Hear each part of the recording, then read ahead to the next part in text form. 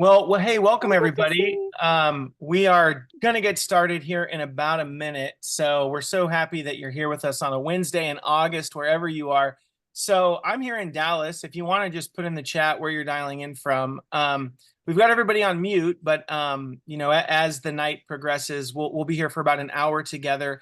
Feel free to put questions that you might have for Sasha, or as Jill and Sasha talk, if things come up. Put that in the chat. We'll be sure to get to it at the end. So thank you so much for being here.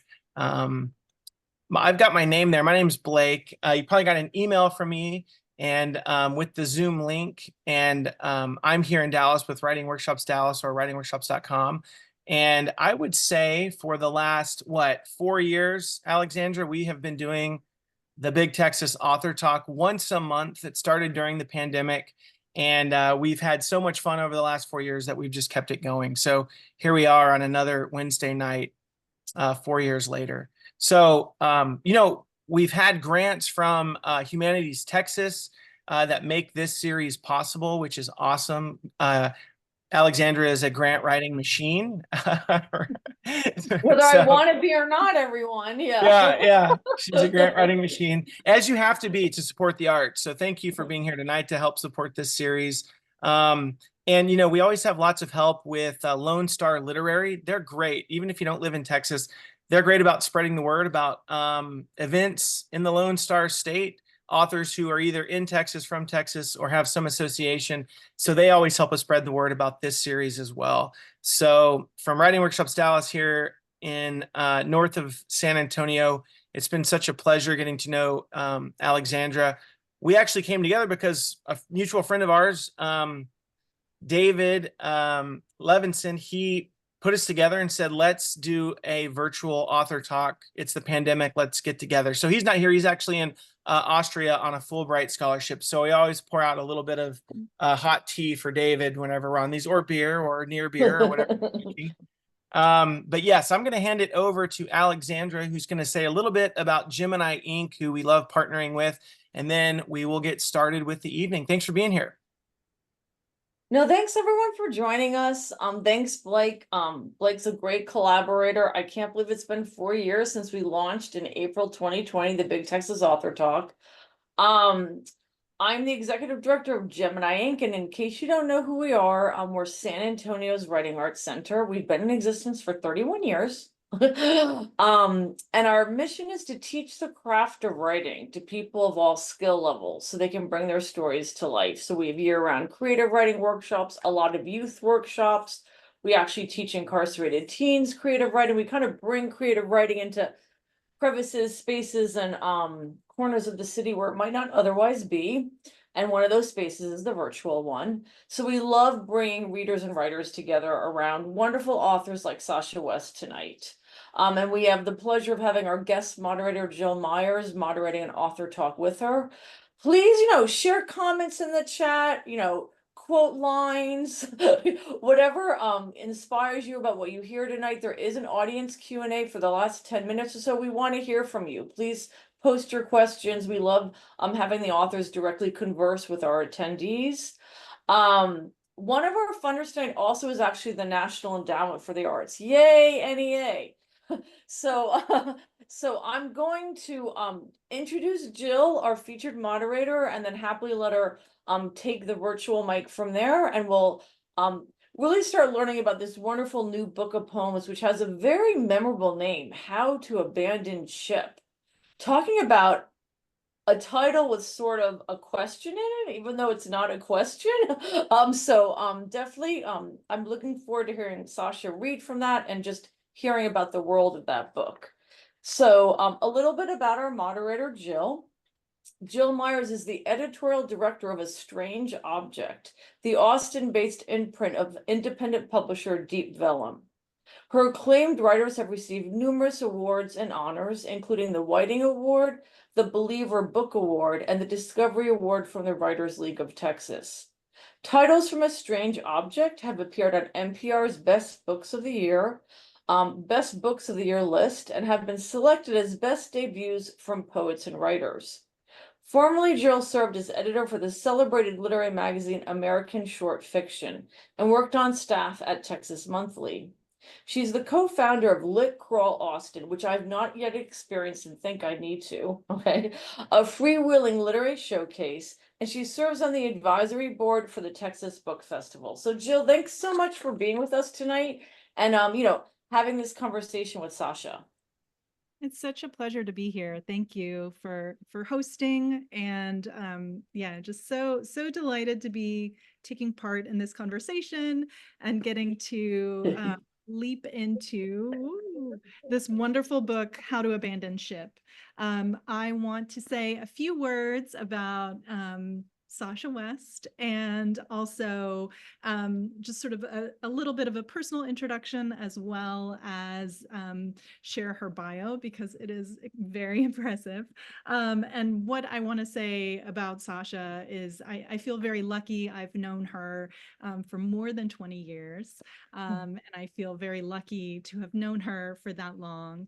And something about Sasha that I think everyone who has even a short conversation with her soon finds out is that she makes brilliant and unexpected connections. I think she is an extraordinary thinker, sort of capable of thinking about systems, but also at sort of finding the human sort of within that larger system. And I think that in addition, that she is such a forger of language, that she is someone, and that may sound like something very typical to say about a poet, but I feel that Sasha is extraordinarily capable of finding new and precise language and necessary language,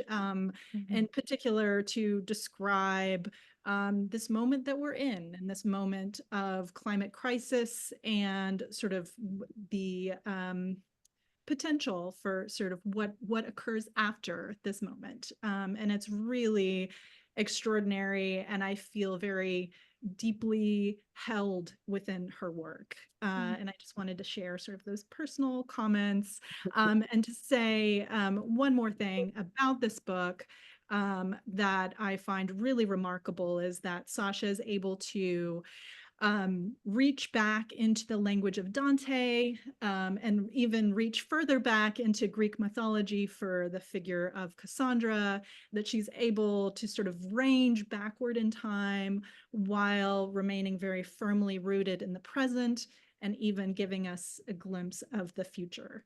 So I think what she's up to in this book is just so extraordinary and powerful, and I can't wait for you to get to experience a little more of it tonight. I also want to share with you some highlights from her bio. Sasha West was born and raised in Santa Fe, New Mexico, and her first book, Failure and I Bury the Body, won the National Poetry Series and the Texas Institute of Letters First Book of Poetry Award. And her second book, the one we're talking about tonight, How to Abandon Ship, was published by Four Way Books this spring. She collaborates on multimedia eco arts exhibitions with the visual artist Hollis Hammonds under the collaborative Hammonds and West. And their collaborations have been featured at Texas A&M, at the Austin Public Library's Central Gallery Space, at Art Prize 2023 in Michigan, and the Columbus College of Art and Design. And she has some upcoming shows about those collaborative shows as well. Her work has been collected in the anthologies The Long Devotion, Poets Writing Motherhood, as well as Out of Time, Poetry from the Climate Emergency. Her awards include a fellowship to the Breadloaf Writers Conference, a Houston Arts Alliance grant, and Imprint's Verlaine Prize. She served as lead editor for and later board president of Gulf Coast, a journal of literature and fine arts. And she is an associate professor of creative writing at St. Edward's University, where she received the Distinguished Teaching Award and the Hudspeth Innovative Teaching Award. And she lives in Austin with her husband and kid. So welcome, Sasha. Oh, Jill, thank you. Thank you so much. One of the reasons that I was so excited to be in conversation with Jill tonight is that I remember talking with you as I was still trying to figure out what this book was going to be. So it feels especially important to kind of get to talk with you about what it became. And I'm so glad to be in this series with Gemini Ink. I met Alexandra at one of the Gemini Ink conferences that you used to do in the hotel near the Riverwalk. I don't remember the name, but I loved it. And when the pandemic hit and I was really missing a poetry community, I started taking writing workshops to still be in conversation with some of the writers that I loved through Gemini Ink. So there just have been so many ways that Gemini Ink has mattered to me as a reader and a writer and a thinker over the years. So I'm so happy to be here. I think my charge is to read, right, for a few minutes and then we'll talk. So I'm going to read 3 poems for the book. The things that I want you to know entering this are number 1, the last poem or the first poem, Ode to Fossil Fuel, came much later as I was writing about the climate crisis and climate change. At some point, I realized that fossil fuels were just always the villain. And I think a lot of that was coming out of anger and rage and sadness, but it started to feel too simple. And so that I'm going to read you this poem because it was a little bit of a turning point for me and what I felt like the book could become. And then Jill, I'm glad that you did the work of talking about the Cassandra voice in the book, the Greek prophet who foretold the Trojan War and was of course ignored. I'm actually going to read a poem in the voice of her daughter. So sort of what is that experience? Somebody else has access to all of time, but you're sort of in that, you're in that moment and can't move. So three quickish poems. Ode to Fossil Fuel. Without you, no paper in reams, no books with spines to break with use, no shirt whose blue I love against my husband's skin, eyes, no button from another country, no stitches programmed down his sides, no machine measuring my mother's heart while they cut the cancer out, no tomatoes in winter, no cheap wine, no wandering another country's streets for a few days, no drug mules, char in a child's lungs, no miles of highway, no fast enough to break a tumbleweed, no Christmas trees in desert, no rolling blackouts, no moving away from but still keeping family, no clean and running water, no toothbrushes, no antibiotics, no grandmother's face on the phone teasing my daughter, no ballet shoes, no hothouse flowers at our wedding, no train on my dress, no desire for a train on my dress. You have made us wealthy in goods and time. Without you, no cookbooks, no inflatable pool, no water guns, no smashing the bass at the end of a concert, no MTV, no Hollywood, no Hadron Collider. You have migrated the bees on the backs of trucks. You have made cement swimming pools, a million rubber ducks, and most of the toys my daughter loves. Without you, no life jackets, no mammograms, no gas masks, no napalm, no grandmother's farm in summer, no machines to replace bodies in the fields, no wind turbines on semis across the highways. We could have known who made every object in our house. No neatly cremated bodies behind the barbed wire, the buildings, no mercury rising through the city from their burned teeth. Without you, fewer mosquitoes, no almost instantaneous history of the world in light, no expansion to the coast. Without you, no mass market guns, no 3D printers, no ultrasound of the baby's body, no landscape as a staging area for designer clothes and purses, no taking someone's acres to tunnel or poison, no carnival rides, no ice in drinks, no selling the oil and mineral rights to leave something to the next generation. Without you, no wonder.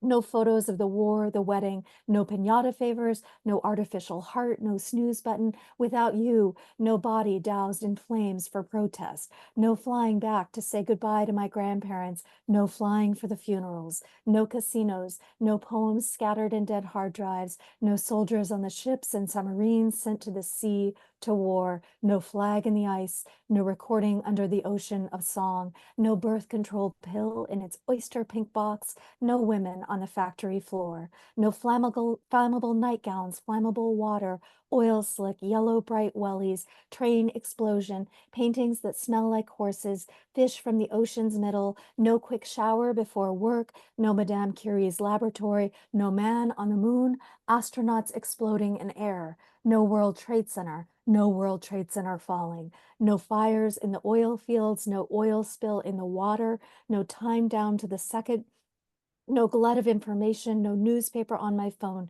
no cold waiting rooms, no pieces showing what it all adds up to. Here we are, an increased standard of living, fewer deaths in the factories, the mines, the fields, and now, bear down, the 6th extinctions crowning.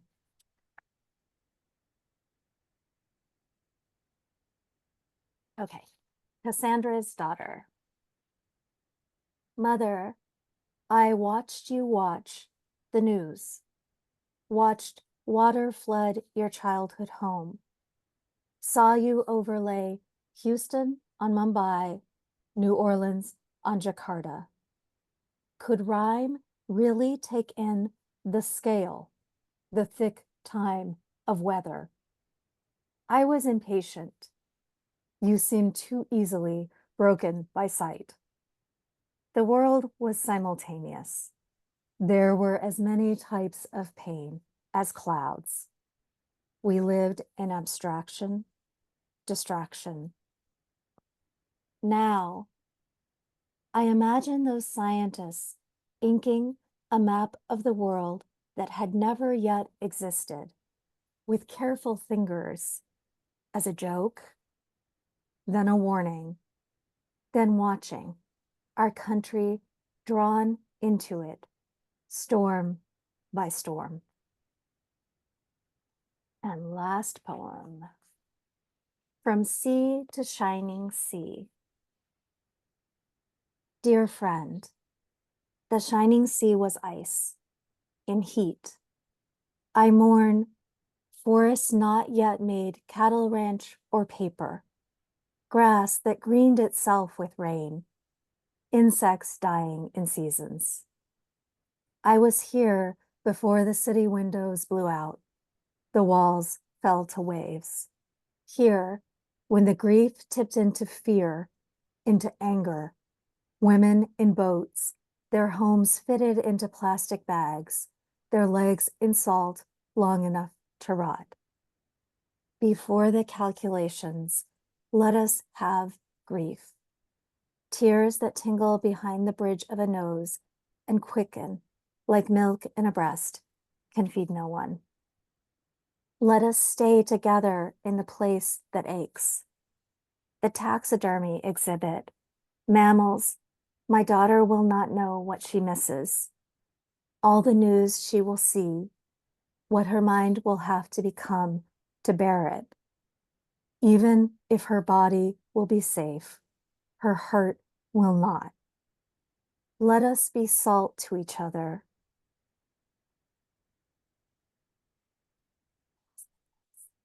Okay. Let us be salt to each other, salt that keeps the bodies whole, the wound from healing too soon. It delays the freeze into the kind of unseeing that is rage. Let our grief be salt and weep together. Salt on the table, in the oceans, our bodies, surely you too have a hand to hold. We sweat and tender our flesh. Let our grief be our grief. Let us gather each other back into this homesickness. Thank you so much for sharing those. And I think that shows kind of the exquisite range of the book in terms of how much permeates, how much moves within the book. And I think I would like to start, since you read one from Cassandra's daughter, I would love to kind of hear about you coming into sort of finding Cassandra, and then also finding her family and finding, you know, that we, I feel like, are perhaps familiar with, you know, Cassandra from Greek mythology, but you've peopled her. There's more than just Cassandra. And how did you come to that? Yeah, I think some of it is the moment that I started writing the book, which was around sort of 2013. I don't think I wrote the first poem until maybe 2014 or 2015, but 2013 was when I kind of came to the large question of the book, which is just how do we live with this? I mean, how do we live knowing the things that we know? I had just had a child. It all felt really hard. And some of it was the scientific reports that I was reading were getting more serious. But a lot of it was at 2013, it was just a moment of such silence in our country about climate. And it sort of was this moment where it becomes so politicized that no one was saying anything. I mean, even friends that were environmental journalists couldn't get their pieces published. And so there was something about just feeling like I've been following this for a while and I can see it, and what is going on? I'm living in this reality where people are acting like this isn't here, it doesn't exist. And so I think there was a frustration in that, and there was kind of I needed someone who could be more sure than I am in my human body. And so there was a way that having Cassandra, I mean, we know where it went in her story. We know she was right in a way. And so that sort of feeling like this is probably the sense that some climate scientists have of, I know I'm right, why won't you listen? But also I figured early in the book that because she could see the future and kind of enter those imagined spaces, she also was going to have full access to the past. Because I mean, I'm going back to Greek mythology, so why shouldn't she have everything from the time she was invented, sort of out into the future? And that felt really good because it just allowed me to explore different kinds of things than I could if I was saying an I and I meant someone who was a little bit closer to me. But the problem was that there were sort of moments where if you look at time on this huge scale, we just start to seem really small. And like that's kind of beautiful and comforting. And there's sort of patterns that you can see in a way. But the distance of that meant that she wasn't in the daily life. And so I felt like I needed somebody around her who was in this daily life, right? Who could sort of be like, hey, no, I'm watching TV and this is what it feels like. That's great. You have all of that sort of understanding, but I'm not there yet. And of course, like that is part of me, that Cassandra's daughter is part of me too. You know, generations before knew some of this was coming, sort of what do I do being the recipient of it. Yeah, and then so she's really angry in the book. That one is probably the most tender poem. I think in the other poems, she's kind of like, why weren't you doing anything? And so some of that is, some of that is me and some of that is me thinking about my child and my kids' generation. And then her husband came in at some point because I thought, what is it like to be married to Cassandra? That must be a lot. It must be a lot to manage. And then at some point I realized we don't actually know where we're going. That sort of, I was writing myself into the future out of a kind of worry, but that whoever actually inherits that future, it will just be the world to them. And so then Cassandra's granddaughter came in as just a way of sort of checking, is this really true? Like, what if things go in a different path? Yeah. That's extraordinary. Yeah. And I love that that there are these voices in the text that really overlap or give you different lenses to a moment of crisis, or that this can be, yeah, as you were saying, sort of this moment that some generations are just coming into, not as just simply as their reality, that it's very sort of matter of fact, like this is how the world is.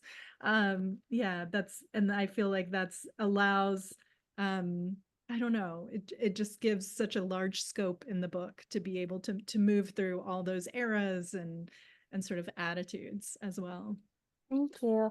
Yeah, that idea of sort of what it would be like for Cassandra's granddaughter actually came from play when I was a kid in a parking lot near an apartment that my dad had. in Santa Fe. And I have no idea. I mean, I remember certain parts of it, but what I remember of it is it was just this sort of like empty space. Something had been there, but nothing was there. And there were all these wild onions growing. I don't know why, but I mean, big wild onions, not just kind of polite wild onions. And I remember that I used to peel them and somehow play with them. And I thought of, what was it? As a child, I was like, okay, I'm gonna play with these onions, that's such a weird, it's such a weird thing, but it was just, that was what was there. That was in that space. And so thinking, the things that to me feel catastrophic because I understand how they're unfolding in time. There's some moment where Cassandra's a granddaughter and a friend of hers are just navigating a boat through these flooded houses and sort of watching the reflections on the ceiling, and their children. So to them, that is the interesting thing to do. It's not this sort of this life has been destroyed. It's this is the world around me, and this is what I make of it. Yeah. Oh, yeah, that it is just a very sort of much like in the way those onions were just sort of, there was the fact of them and they were something that you could play with. So too in the narrative of the book are these moments of just kind of encountering the world as it is, which I find like actually extraordinarily hopeful and sort of have their own kind of magic. I'm very curious about this book, which is so deeply imagined and also so extraordinarily researched. I mean, just the piece, the ode to fossil fuel, there is a litany of all the things that fossil fuel has given us that you have sort of collected and that you have again sort of shaped into this really beautiful, inviting language. And I was wondering about, for you in the process of creating this book, sort of how were you sort of in the weeds of the research, and how long did that process take you, and sort of what shape did that take, sort of the research part of the book? Yes, yeah, there was a lot. There was a lot. I mean, it's interesting because when you're writing, it doesn't feel like research. Like I'm not going to the library and sort of doing what is no longer the catalog cards. It just feels like I'm asking a question that leads me to something, which leads me to something else, right? And so I started really with the science because I thought, well, if I'm going to write a book about this, I better have the facts right. And I understood a lot, but I've been following it for long enough that I kind of knew the basics. But I started just wanting to know physically, how is this happening and what are the effects going to be in different places.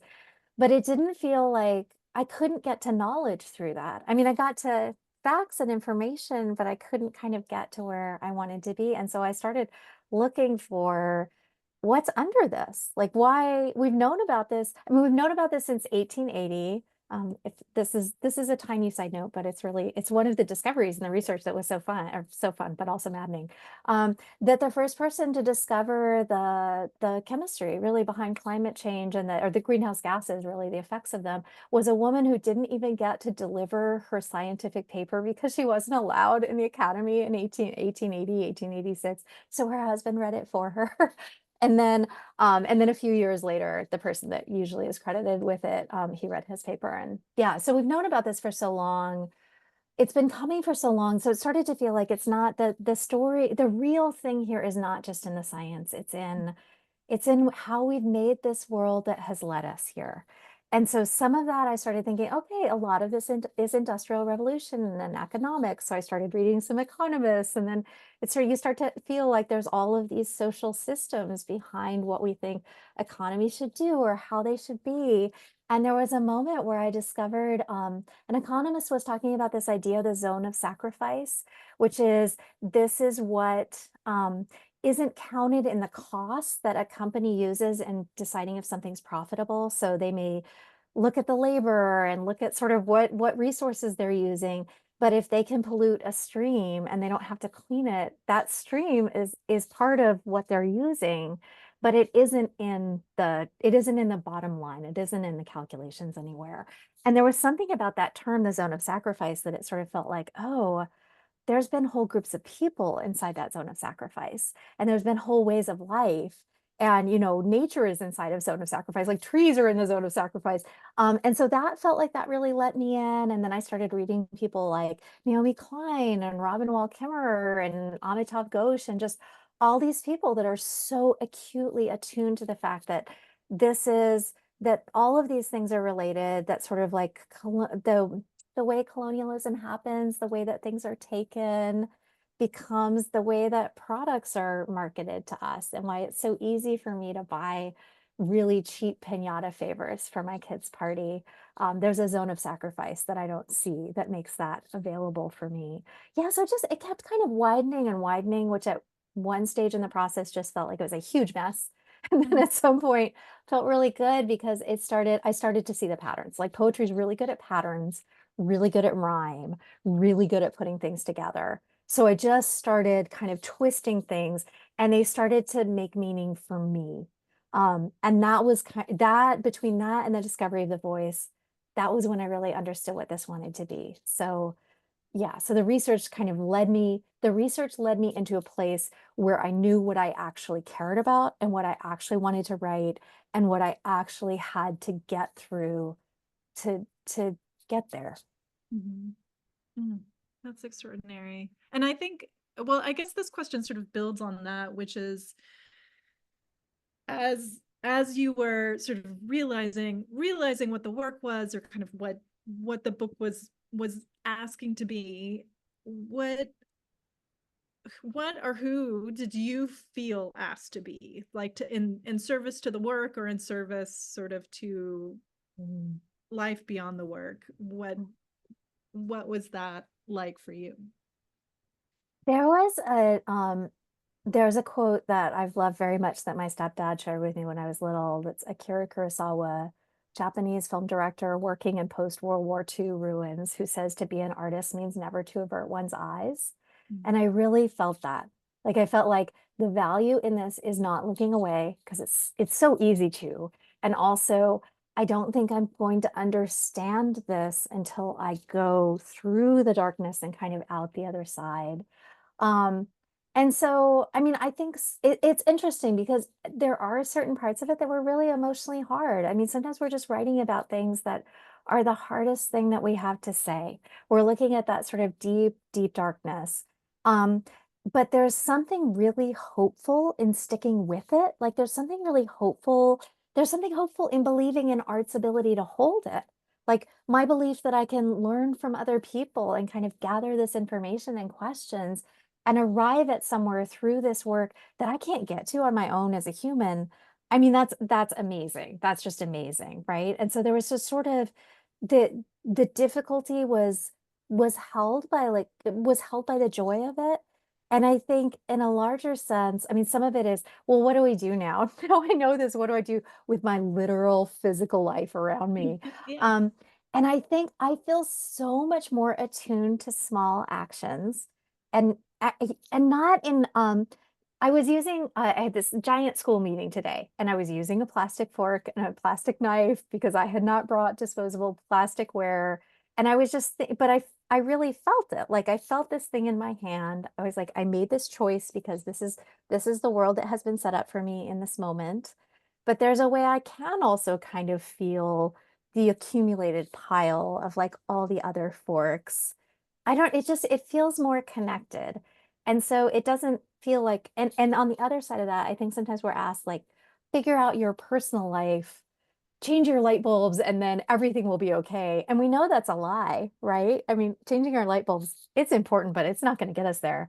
And then sometimes people are like, it's all government and it's all corporations and everything, you know, recycling is a big lie, which there's parts it's not as effective as we want it to be, um, but that feels wrong too. And so I think where I've landed is it's really useful for me as a practice to be aware of how these single things in my life connect to everything.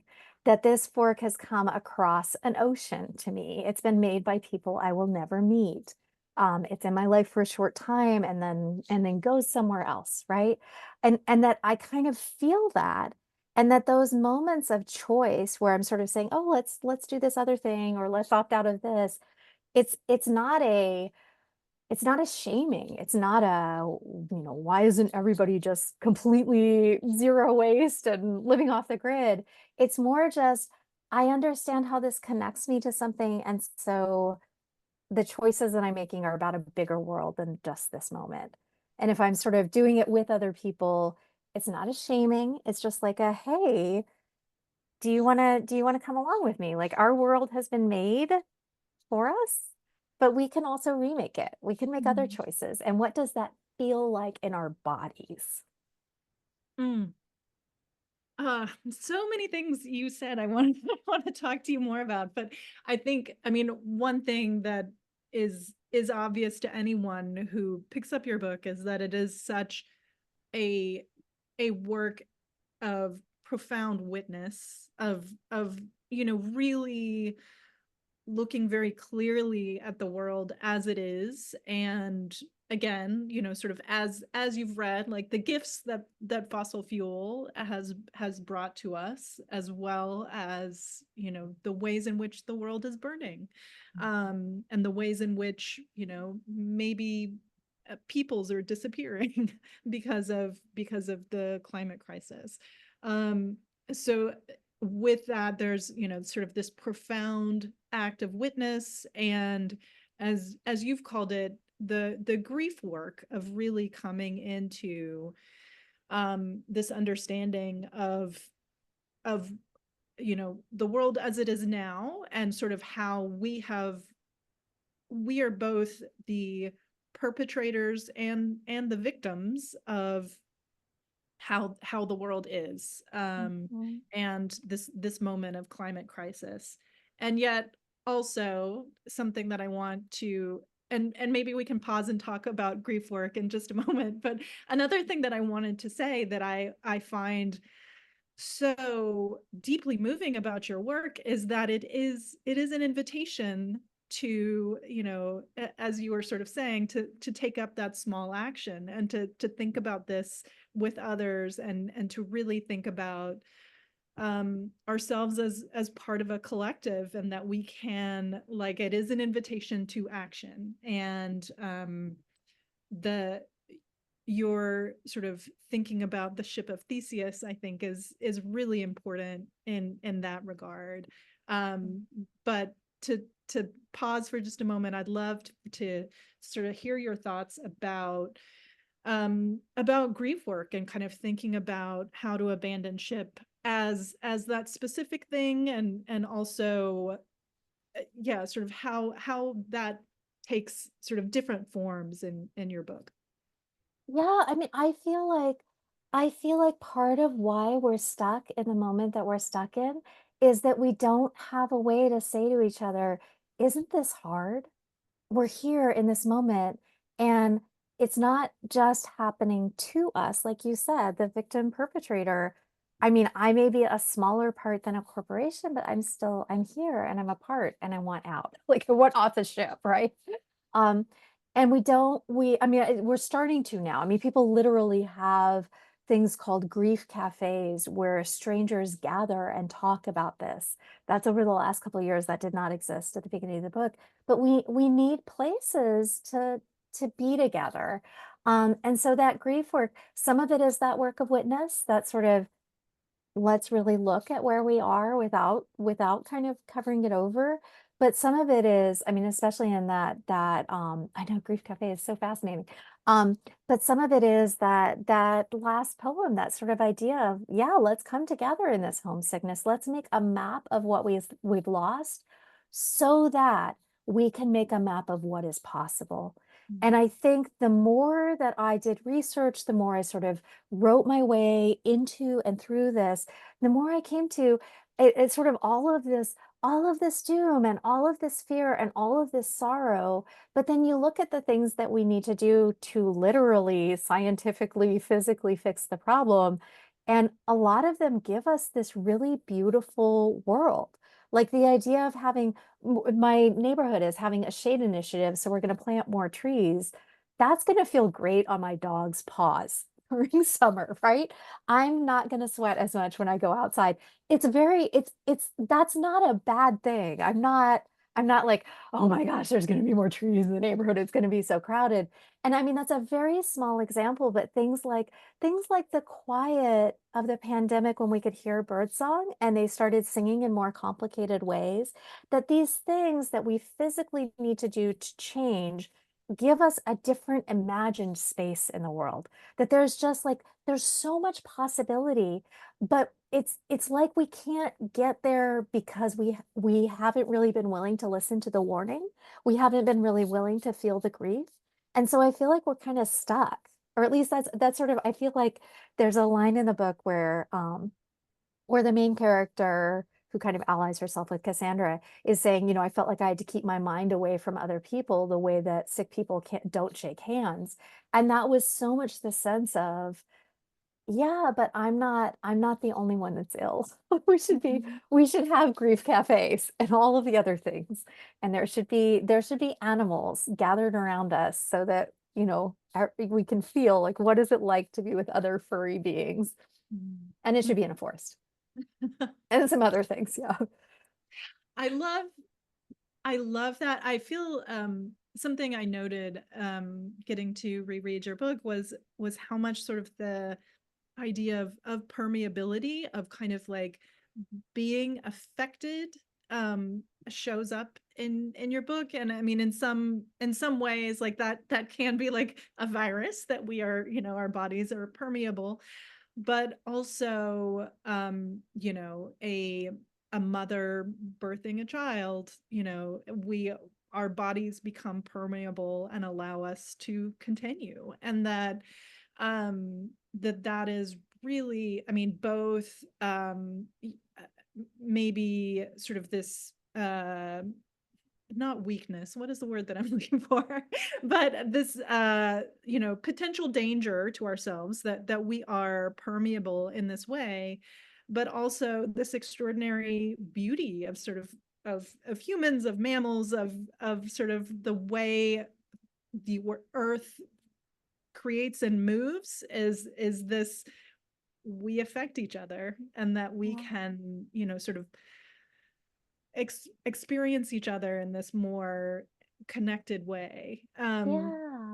I mean, there was some moment where I sort of saw, I was in a crowd. I saw somebody turn and just stand and really look.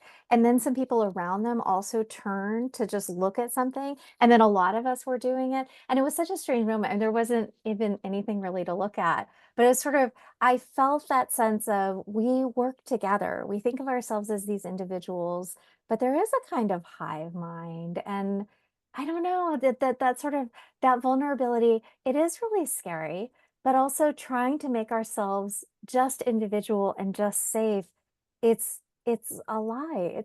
It's unachievable. And so it's like it's really, because it's so hard to do, it's so hard. It's because we can't wall ourselves off. If we decide the response is to wall ourselves off, that takes all our energy. Right. And so I think that sort of idea of, yes, there's this grief work, but the grief work is what lets us into something else. Like my mom has this, like, she has a series of these amazing boxes that are kind of, they're hard to talk about, but they're these constructions where there's often bones and skeletons, that there's sort of like darkness in them, but they're in these circus settings and there's such sort of joy and play. And I think that there's something about that, being willing to live in allowing porousness in my work is the thing that gives me strength. Like that vulnerability is the thing that gives me a strong center of gravity and a place to speak from. Being willing to acknowledge the darkness is the thing that allows me to work towards hope. So it's like we think we can only be one thing, but we aren't. We already aren't. So we might as well, write our way into sort of all of the things. Yeah. That's beautiful. Yeah. And thank you for finding that word. Vulnerability, not weakness, is absolutely sort of what I was like swimming towards. So thank you. It's hard to even name. It's like no one even wants to say the word, right? Like, what is that? No, not that. Well, you were starting to allude to sort of writing yourself into, into a place, or sort of coming to these discoveries. And one thing that I discovered is that you are sort of thinking of a trilogy, that this book might be part of a trilogy. And I wanted to ask you about that, and just remark on it's unusual to hear a poet sort of conceive of a series in that way. And again, it sort of makes me think a little bit, I don't know that if you're thinking in these terms, but again, sort of Dante, or just sort of a looking at different models for sort of how you want to present this project to the world. So yeah. Okay, well, Dante is definitely not a model, because the Inferno is really good, and then Purgatory and Heaven are kind of boring. Purgatory and Paradise. So let's hope that that's not the case here. All right. Yeah, that. I think so. I had not been thinking about this book as linked to my first book, and they're very different speakers. They're very different aesthetics. But it was interesting because as I figured out the structure of this book and realized it's really somebody at a particular moment kind of coming to terms with what is actually happening in the world. So like the arc of the book is this psychological unfolding of, oh, this is what's happening. I'm in the middle of it. What do I do with that? And at the end, the speaker is just starting to sort of aim somewhere else. And I realized that the first book, all of these climate concerns and ecological concerns are all over it. But it's like the book is about the personal struggle and the country struggle and the history, and sort of it's like it's there, but it hasn't really arisen to consciousness yet. And so it sort of feels like that's the beginning. This is the full entry. It is the going down to hell. But that the things that I was figuring out at the end, sort of these possibilities of joy, these possibilities of breaking down and having things be more porous, that's where I think this next book is going. And I mean, some of it is just climate is such a huge topic. There's so many spaces inside of it that as I was like, as a writer, testing what does this book want to be and what belongs inside and what belongs outside, there's just too much. There's too much for a single book. And so I wanted this to be a single coherent experience. Not that I'm expecting anybody to read it in one sitting, but it is the way that it helped me to think of making it. But I knew that where it ended was I'm not satisfied with that. I'm satisfied with it for this book, but I, as a human, now want to ask, how do we go somewhere else? And so that ship of Theseus, just in case anybody, if you haven't come across this or you haven't thought about it in a while, it's a philosophical problem. The idea is that Theseus, Greek captain, has this ship, and he leaves a coast and he sets sail, and one of the boards in the ship rots. So they replace it, and then another board rots. And so they replace that one. And by the time they arrive at the next coast, they've replaced every single board. And then the philosophical question is it the same ship? And so I started this book just feeling like, I want off the ship. Everything is bad. Get me out of here. And then through the process of writing it, realized, oh, everything that got us here, there was this small change and there was this small change, and now we do things this way. And it just started to feel like, oh, the problem is the accumulation. And if that's true, then we can kind of turn. So yeah, so that's sort of that idea of turning things, like rebuilding plank by plank instead of having to build a whole new ship. It gives us a place to work from that feels like the right human scale. And now that's what I'm trying to figure out. Yeah, so I'm doing a lot of reading that's making me feel very curious about the world, and thinking a lot about animals and systems where things talk to each other. Yeah. Yeah. As I was saying, I do feel that the book ends on this really on an invitation, to plane a plank, or to, sort of contribute a plank to the ship, or kind of think about what small gesture, what can you undertake? And I find that just deeply beautiful. Well, I want to have a moment here to say we're open for audience questions, whereas Sasha is happy to field some questions from you. I have more questions that I'm happy to keep asking, but we want everyone to feel welcome to ask questions as well. So please take a moment and jot down your question for us. And Sasha, one thing I'm sort of curious about is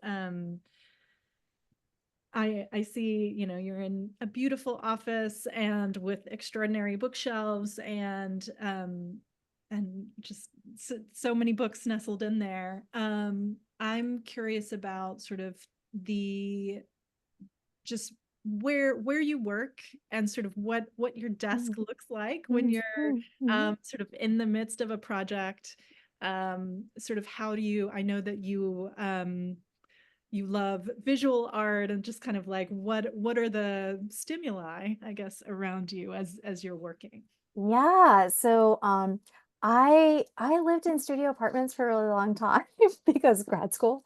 And so I didn't have a table and a desk. I had one thing that was both things, right? So it's this table, it's this larger table, and it really needs to be refinished because I have had it for I think 30 years at this point. Yeah, my stepmom came and bought it for me when I moved out into my first apartment by myself after college. And the surface of it is in terrible shape. There are so many, there's spills. There was one year pumpkin rotted on the table and took off some of the finish. There's just so many marks from coffee cups over the years. And I've thought about refinishing it, but there's something about being at this space that has all those kinds of marks of I've been reading here before. I've been writing here before. That feels really comfortable, even if someone else would walk in and think it looked like I mean, yeah, that part of it sort of looks messy, but it's kind of a marker of time. And I have this rock that a friend, it's a rock. It's so exciting. A friend gave it to me, picked it up near Robert Frost's house in Vermont from the wall that he built. It is not from his wall. She was not destroying his wall, but there was something about the this is like a rock that Robert Frost walked by, that when I was really young it felt like, oh, here's a physical object. I have a lot of postcards and different art that sort of is drawing me into things. I'm trying to think here, like, so there's these, oh, that's not the good one. You're getting up close and personal with my chin. So there's all these kinds of like ink blobs in water. There's something about sort of like, I'm looking at octopi and mushrooms. And so there's a bunch of that, and just people trying to figure out kind of how to be animal in their work. Yeah, lots of images, some broadsides from writers I love. And then drawers full of things that I once thought I would use in my writing that I've never opened again. I love that. And sort of once when you're in a project, like when you're sort of in the thick of it, do you feel, is it sort of the work itself that keeps you going? Do you feel like you have ways to sustain yourself that are, I don't know, outside of the work? Yeah, I mean, I think I think I'm a book writer. I mean, I write poem by poem, but I think it helps me so much to have a book project and to kind of know this is the larger thing that I'm doing, because my life is really busy. I teach, I am raising a kid, I am trying to be politically active, especially this year. I mean, all of these things. And so I don't have the time that I used to just sort of sit and look at a page and think, what do you want to be? I need to know, okay, I'm looking every time I'm out in the world, this is kind of what I'm thinking about. And then I'm gathering. And then when I have those little spurts of time, I'm ready. And I've gathered things that I am eager to re-enter or sort of see. Yeah, so it used to be that I would write in sort of longer chunks of time, whereas now I write in a lot of little times and then set aside a few days every 4 or 5 months to just try to sink in and bring everything together. Excellent. Well, we have a couple of questions coming in now. Great. One from Martin Kim, which is, given the gravity of what you're writing about, what gives you hope and joy? I I I mean, in a daily way, obviously my family. I would say my dog, who right now is under my desk, who has recently decided that he is a cat and wants to go in and out of any given room that has the door closed. Um, and we have been auditioning various silly songs about that instinct in him.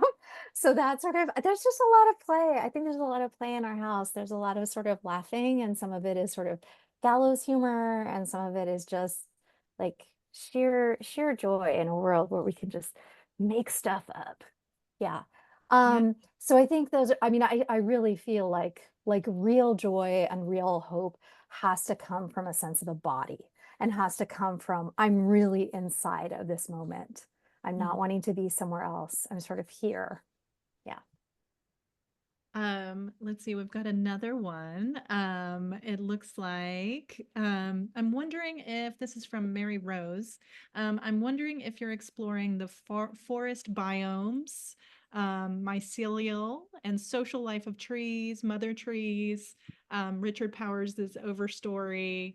And then I'm not sure if I'll pronounce this right, Susan Simard, her work in historic indigenous cultures. So Yes, absolutely. Yes, all the things. I have taught portions of Richard Powers' Overstory. If anyone hasn't read it, the way he makes you understand forests and really kind of feel how other they are to us, but also just like how alive. I think there's some place in that where he's talking, one of his characters is talking about discovering an aspen grove that spans 400 square miles, and it's a single tree. So I mean, just all of those spaces. Yeah, and that we didn't think trees were anything. We didn't think that the idea that people were mocked when they said trees talk to each other. I feel like that's we're still in something like that. We're still prisoners in some sort of thought. And so that's a really instructive way to think about, how do we get out? And then that indigenous cultures, I mean, a lot of these things, a lot of ways of understanding the world were rewritten and erased. And how do we really learn from those and kind of shift without appropriating? That feels just huge, that there were other ways of being in language and syntax that we pared away or turned away from. Yeah, there's so much possibility. Yes. So Mary Rose, if you have other books, please put them in the chat because you're exactly on the right track. Another question that's come in, as part of your writing process, how do you know if you've researched enough? Mhm. I mean, the nice thing is that I'm not researching to be a subject matter expert. I mean, I'm not feeling like I then have to turn around and give a lecture on the mechanisms of greenhouse gases. I'm reading for what is interesting and what sparks ideas. And so I feel like I've researched enough when it leads to an interesting poem. And if I haven't gotten there yet, then I sort of think about, oh, what's missing? Is what missing is what is missing a matter of just me spending more time with this myself? Or is there something that I don't know, or like some metaphorical world that I need to understand in the real world to be able to finish this? So I really, I mean, I trust research as, because it's curiosity. If I've gotten curious and it's created something, that's enough. It's done. Yeah. Another question that's come in is, what poets do you admire? Oh, that's just cruel. That's like asking me what I like to eat. I will say, okay, so right now, yeah, there's no way to say that overall. I will say Anne Carson and Emily Dickinson are probably the most consistent mentors that I've found in thinking and in form. Um, but sort of who I'm interested in at the moment is always changing. There's a book by Franny Choi called The World is Always Ending. The world is ending and the world goes on. Yeah, the world is ending and the world goes on. That I'm obsessed with. I'm really obsessed with. So I would definitely, I'm looking around. It's like I'm phoning a lifeline by looking at my bookshelves. Like, who else do I like? Because I can tell that I've read some books. So who? Well, maybe so to put that question in sort of a different way, or like a different angle on that. And this may not be poets. Who do you sort of feel like this book is in conversation with, or what other books do you feel like are part of this constellation? Oh yeah, okay, that. Thank you. That is much more. That's much more. I could do that. So Naomi Klein's "This Changes Everything," that was huge. Robin Wall Kimmerer's "Braiding Sweetgrass." Those two books. I mean, "This Changes Everything." Things have changed a little since she wrote it, since Naomi Klein wrote it. But those two ways of thinking were so key to my understanding. Camille Dungy, Trophic Cascade, Black Nature, her newest book, Soil, the way that she is understanding what land means in America for African American writers and how things are connected. There's a poem it's the title poem of her book, Trophic Cascade, which I'll just put in the chat. That just is, and it's online. Oh yeah, and then I should put her name because yeah. That poem is just sort of an aha moment for me of, oh, wow, everything can come into this. And then I love writers that really do get these wide ranging amount of things in their work. Like Robin Schiff is fantastic at that. And then there were some visual artists like Lars Jan, who has these Holocene tanks. And yeah, there were some visual writers that I had in visual artists, not visual writers, that I had in mind that I was sort of thinking, I want people to be able to feel the scale of this in their body. It's harder with language because it's an abstract system. It's different if you can stand in front of something and it has a physical body in front of you. But definitely I was thinking about what is it like to sort of invite someone into this in their body. Well, thank you so much. I think that might be all the time we have. I'm just so grateful we had this time together. So grateful to Gemini Inc. for making this happen. Thank you all so much. Thank you all for being here. Thank you, Jill. Thank you, Alexandra and Blake. It's wonderful to see everybody's faces. Yeah. Yeah, Thank I'm you. madly Thank you writing so down much. all the books. Sorry, Blake. I'm just saying I'm madly writing down all these great suggestions. So yeah, no, thanks. Wonderful. Like I'm just busy thinking through all the great stuff that's been shared tonight. Well, thank you all for being here. And Sasha, Jill, thanks for such a great conversation and the reading at the start, Sasha. It was great. So we'll put this together in a recording and send the link out. But thank you all for being here. Thanks again. Bye. Thank you. Thank you, everybody. Sasha. Thank you, Jill. That was great. Yeah. Thanks, everyone. Bye.